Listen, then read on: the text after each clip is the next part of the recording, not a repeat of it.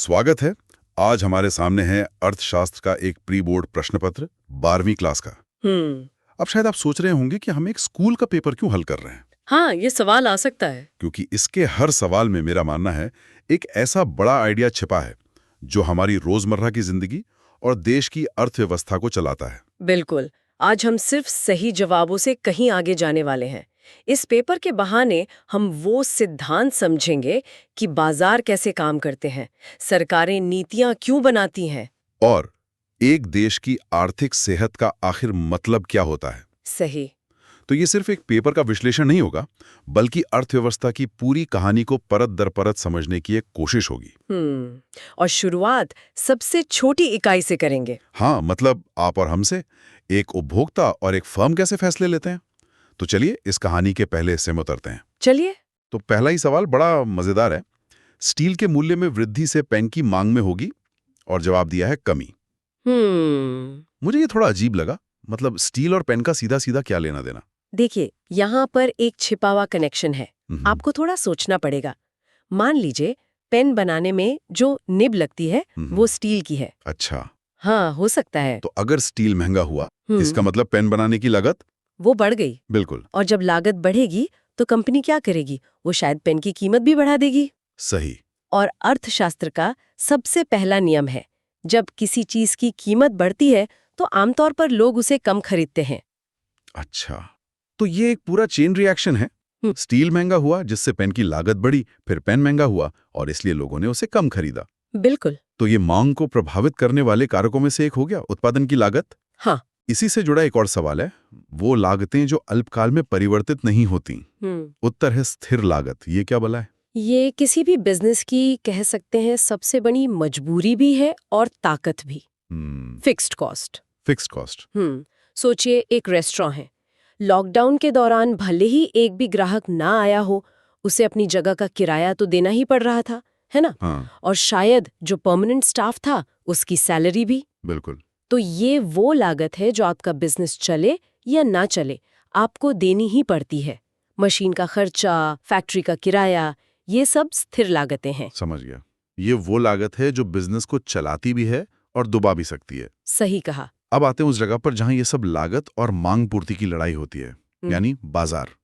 एक सवाल है, किसी वस्तु का मूल्य निर्धारण होता है। उत्तर है मांग और पूर्ति से। इसे संतुलन कीमत भी कहते हैं। सुनने में बड़ा भारी शब्द लगता है, पर असल में इसका मतलब क्या है? इसे एक सब्जी मंडी की तरह समझिए। ठीक है। अगर मंडी में टमाटर बहुत ज्यादा आ गए, मतलब पूर्ति ज्यादा है, और खरीदने वाले कम है, मतलब मांग कम है, तो क्या होगा? टमाटर सस्ते हो जाएंगे। बिल्कुल।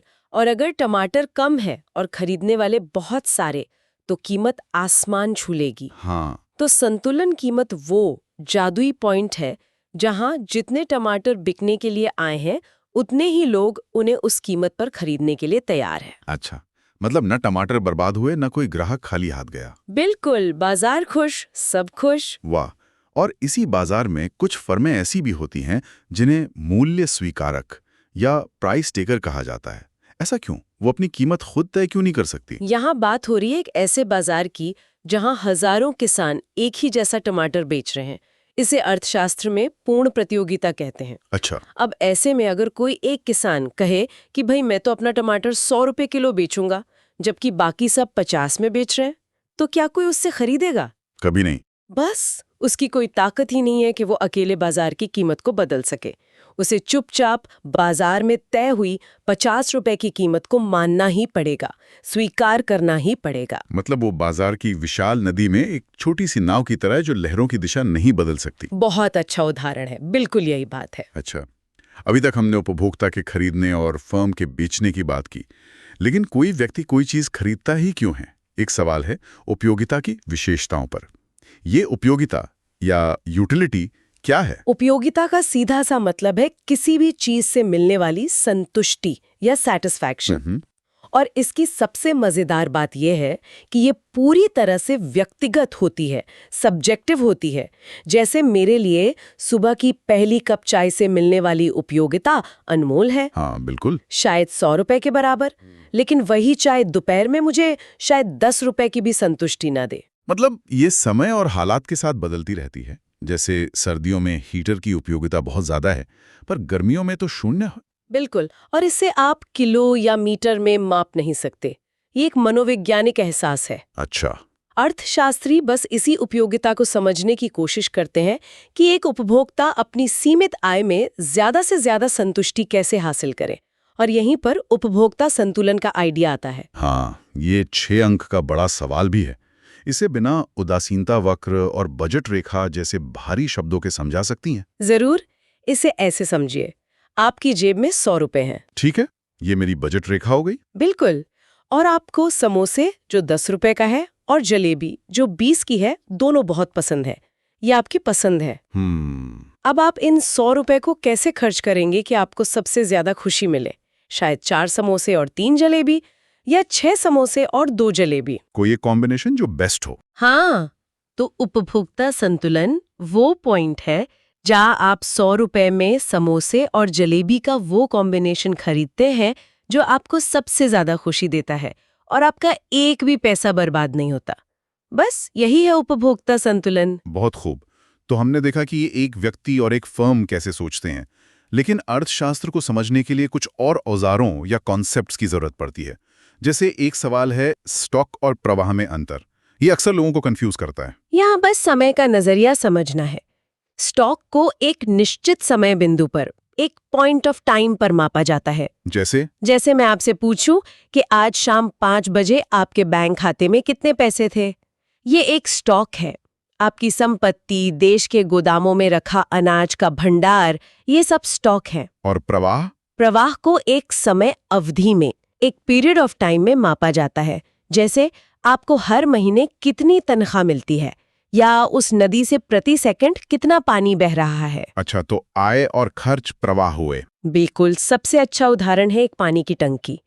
टंकी में जो भरा हुआ पानी है वो स्टॉक है, और नल से जो पानी बह रहा है वो प्रवाह है। ये उदाहरण एकदम सटीक है। अच्छा, इसी तरह एक और जोड़ी है वास्तविक एवं आदर्शात्मक अर्थशास्त्र। ये क्या है? क्या अर्थशास्त्र में भी सही गलत या अच्छा बुरा होता है? बिल्कुल होता है। वास्तविक अर्थशास्त्र, जिसे हम पॉजिटिव इकोनॉमिक्स कहते हैं, वो एक वैज्ञानिक की तरह बात करता है। वो सिर्फ ये बताता है कि क्या है। मतलब सिर्फ तथ्य? हाँ, ये तथ्यों और आंकड़ों पर आधारित होता है। जैसे देश में महंगाई की दर 6% है। ये एक तथ्य है, इसे आप जांच सकते हैं। इसमें कोई व्यक्तिगत राय नहीं होती। और आदर्शात्मक नॉर्मेटिव इकोनॉमिक्स? वो एक नीति सलाहकार या एक डॉक्टर की तरह बात करता है। वो बताता है कि क्या होना चाहिए। अच्छा। यह व्यक्तिगत विचारों, मूल्यों और नैतिक निर्णयों पर आधारित होता है। जैसे कोई कहे कि सरकार को महंगाई कम करने के लिए ब्याज दरें बढ़ानी चाहिए। ये एक सलाह है, तथ्य नहीं। मतलब एक तरह से रिपोर्टर और एडिटर का फर्क हो गया। एक खबर बताता है, दूसरा उस पर अपनी राय देता है। बिल्कुल सही समझा आपने। अब आते हैं उस चीज पर जो इस पूरी मशीनरी को चलाती है, मुद्रा यानी पैसा। एक बड़ा दिलचस्प कथन है, मुद्रा वो धुरी है जिसके चारों ओर अर्थशास्त्र केंद्रित है। ये हार्टली विदर्स ने कहा था। और ये बात 100% सच है। सोचिए, अगर पैसा नहीं होता तो क्या होता? वो वस्तु विनिमय प्रणाली, बार्टर सिस्टम। हाँ, बार्टर सिस्टम। और उसकी सबसे बड़ी समस्या थी दोहरी इच्छा का अभाव। इसका क्या मतलब है? इसका मतलब है, मान लीजिए मेरे पास गेहूं है और मुझे जूते चाहिए, तो मुझे एक ऐसे मोची को खोजना पड़ेगा जिसे गेहूं की जरूरत हो। अच्छा। अगर उस मोची को गेहूं नहीं, चावल चाहिए, तो मेरा काम नहीं बनेगा। ये बहुत ही मुश्किल था। हाँ, ये तो बहुत मुश्किल लगता है। मुद्रा ने आकर कहा, चिंता मत करो। कैसे? गेहूं किसी को भी बेचकर पैसे ले सकती हूँ, और उन पैसों से किसी भी मोची से जूते खरीद सकती हूँ। मुद्रा ने व्यापार को हजारों गुना आसान बना दिया। साथ ही अब हर चीज की कीमत पैसों में मापी जा सकती है, और हम पैसों को भविष्य के लिए बचाकर भी रख सकते हैं। जो अनाज के साथ संभव नहीं था, वो तो सड़ जाता। बिल्कुल। इसी पैसे से जुड़ी एक और चीज है टैक्स। प्रश्न पत्र में अप्रत्यक्ष कर का उदाहरण पूछा गया है और जवाब है जीएसटी। सही। और जीएसटी सिर्फ एक टैक्स नहीं है, ये इस बात का एक बहुत बड़ा उदाहरण है कि सरकारें कैसे नागरिकों के व्यवहार को प्रभावित करती हैं। कैसे? वो सीधे आपकी कमाई पर टैक्स लगाने के बजाय आपके खर्च करने पर टैक्स लगा रही हैं। अब जितना ज्यादा सामान और सेवाएं खरीदेंगे, उतना ज्यादा टैक्स देंगे। वाह। तो अभी तक हम एक व्यक्ति, एक फर्म और बाजार की छोटी दुनिया में थे, पर यह सवाल तो पूरी अर्थव्यवस्था के बारे में है। हाँ। ये तो जैसे हम जूम आउट करके सैटेलाइट व्यू देख रहे हैं। अब हम बड़े मैदान में आ गए हैं, जिसे समष्टि अर्थशास्त्र कहते हैं। बिल्कुल। अब हम किसी एक व्यक्ति के खर्च की नहीं बल्कि पूरे देश के कुल खर्च की बात करेंगे और यहीं पर समग्र मांग या एग्रीगेट डिमांड का कॉन्सेप्ट आता है। प्रश्न पत्र में इसके घटकों के बारे में पूछा गया है। हाँ, तो इस समग्र मांग में क्या-क्या शामिल होता है? इसके 4 मुख्य इंजन है। पहला, हम और आप जैसे लोगों द्वारा किया गया उपभोग पर खर्च, जिसे हम सी कहते हैं। सी फॉर कंजम्पशन, ठीक है। दूसरा, कंपनियों द्वारा किया गया निवेश, जैसे नई फैक्ट्री लगाना, यानी आई फॉर इन्वेस्टमेंट। तीसरा, सरकार द्वारा किया गया खर्च, जैसे सड़कें बनाना या रक्षा पर, जिसे जी फॉर गवर्नमेंट स्पेंडिंग कहते हैं। CIG। और चौथा है शुद्ध निर्यात, यानी दुनिया को हमने जो बेचा, निर्यात, और उनसे जो खरीदा, आयात, उसका अंतर, XM। अच्छा। इन चारों को जोड़ दें तो देश की कुल मांग बन जाती है। और इसी कुल मांग और कुल पूर्ति से देश की कुल आय बनती है, जिसे हम राष्ट्रीय आय कहते हैं। प्रश्न पत्र में एक न्यूमेरिकल सवाल भी है, जिसमें आय और व्यय दोनों विधियों से राष्ट्रीय आय 6,500 करोड़ रुपए आती है। ये क्या दिखाता है? ये समष्टि अर्थशास्त्र के सबसे जादुई और मौलिक सिद्धांत को दिखाता है। वो क्या है? कि एक अर्थव्यवस्था में कुल उत्पादन हमेशा कुल आय के बराबर होता है और वो हमेशा कुल व्यय के बराबर होता है। ये एक चक्र है। ये थोड़ा मुश्किल लग रहा है, आसान भाषा में समझाइए। जरूर। सोचिए, एक कंपनी ने 100 रुपए का सामान बनाया। ये उत्पादन है। ठीक है। उसे बनाने के लिए उसने मजदूरों को 60 रुपए वेतन दिया, जमीन का 10 रुपए किराया दिया और 30 रुपए का मुनाफा कमाया। 60 + 10 + 30, 100 रुपए। हाँ, तो ये आय हो गई। और फिर लोगों ने अपनी इसी आय से उस 100 रुपए के सामान को खरीद लिया। ये व्यय हो गया। अच्छा, तो उत्पादन बराबर आय बराबर व्यय, 100 बराबर 100 बराबर 100। बिल्कुल, किसी एक का खर्च हमेशा किसी दूसरे की आय होता है। यही चक्र पूरी अर्थव्यवस्था में चलता रहता है। कमाल है। तो ये सब आपस में जुड़ा हुआ है। लेकिन क्या हो अगर ये चक्र धीमा पड़ जाए? अगर लोग खर्च करना कम कर दें, कंपनियां निवेश करना बंद कर दें, तब क्या होगा? तब बेरोजगारी बढ़ेगी। और यहीं पर अर्थशास्त्र के सबसे प्रभावशाली विचारकों में से एक जॉन मेनर्ड केन्स के सिद्धांत की एंट्री होती है। हाँ, प्रश्न पत्र का आखिरी सवाल उन्हीं के रोजगार सिद्धांत पर है। बिल्कुल। 1930 के महामंदी के दौरान दुनिया ने यही देखा था। चक्र धीमा पड़ गया था और करोड़ों लोग बेरोजगार हो गए थे। तो कीन्स ने इसका क्या समाधान बताया? उस समय के जो अर्थशास्त्री थे वो मानते थे कि बाजार अपने आप सब ठीक कर देगा। केन्स ने कहा, नहीं, ऐसा नहीं होगा। उनका मूल तर्क था कि रोजगार का स्तर समग्र मांग पर निर्भर करता है। अगर लोग और कंपनियां डर के मारे खर्च नहीं कर रही हैं, तो अर्थव्यवस्था अपने आप ठीक नहीं हो सकती। तो मांग कम होने से कंपनियां उत्पादन घटा देंगी और लोगों को नौकरी से निकाल देंगी। बिल्कुल। तो फिर अर्थव्यवस्था को इस गड्ढे से कौन निकालेगा? कीन्स ने कहा, सरकार। सरकार? हाँ, ऐसे में सरकार को आगे आना चाहिए और सार्वजनिक कामों पर, जैसे सड़कें, पुल, स्कूल बनाने पर पैसा खर्च करना चाहिए। अच्छा। जब सरकार खर्च करेगी तो लोगों को काम मिलेगा, उनकी जेब में पैसा आएगा, वो बाजार में जाके खर्च करेंगे और अर्थव्यवस्था का रुका हुआ पहिया फिर से घूमने लगेगा। तो प्रभावी मांग ही रोजगार का निर्धारक है। यही कीन्स के सिद्धांत का सार है। बिल्कुल। लेकिन एक सवाल है, क्या सरकार के इस तरह लगातार खर्च करते रहने से देश पर कर्ज का बोझ बहुत ज्यादा नहीं बढ़ जाएगा?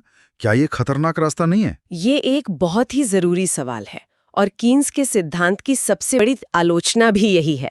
ये एक दोधारी तलवार है। मंदी से निकालने के लिए सरकारी खर्च जरूरी हो सकता है, लेकिन अगर ये आदत बन जाए और सरकारें अपनी चादर से ज्यादा पैर पसारने लगें, तो बढ़ता हुआ कर्ज, महंगाई और भविष्य की पीढ़ियों पर बोझ, ये सब गंभीर समस्याएं खड़ी हो सकती हैं। तो संतुलन साधना ही सबसे बड़ी चुनौती है। बिल्कुल। तो इस एक प्रश्न पत्र के जरिए हमने एक व्यक्ति की जेब में रखे 100 रुपए से लेकर एक देश के खरबों की अर्थव्यवस्था और सरकारी नीतियों तक का एक पूरा सफर तय कर लिया। हाँ, और हमने देखा कि ये सब कैसे एक धागे में पिरोया हुआ है। एक व्यक्ति का समोसा खरीदने का छोटा सा फैसला जो सूक्ष्म अर्थशास्त्र है, और सरकार का हजारों करोड़ खर्च करने का बड़ा फैसला जो समष्टि अर्थशास्त्र है। दोनों मिलकर ही अर्थव्यवस्था की पूरी तस्वीर बनाते हैं। बिल्कुल। आज की इस चर्चा के बाद हम अपने श्रोताओं के लिए एक विचार छोड़ना चाहेंगे। जरूर। कीन्स ने लगभग 1 सदी पहले सरकारी खर्च को अर्थव्यवस्था का इंजन बताया था। जरा सोचिए, आज जब हम कोविड के बाद दुनिया भर की सरकारों को अपनी अर्थव्यवस्थाओं को बचाने के लिए बड़े बड़े राहत पैकेज देते हुए देखते हैं, या चुनाव से पहले लोक लुभावन योजनाओं पर भारी खर्च करते हुए देखते हैं, तो क्या वे अनजाने में कीन्स के ही सिद्धांत को नहीं अपना रही होती हैं? और जैसा कि अभी हमने बात की, इस रास्ते के क्या फायदे और क्या संभावित खतरे आज के समय में हमें दिखाई देते हैं? इस पर विचार जरूर कीजिएगा।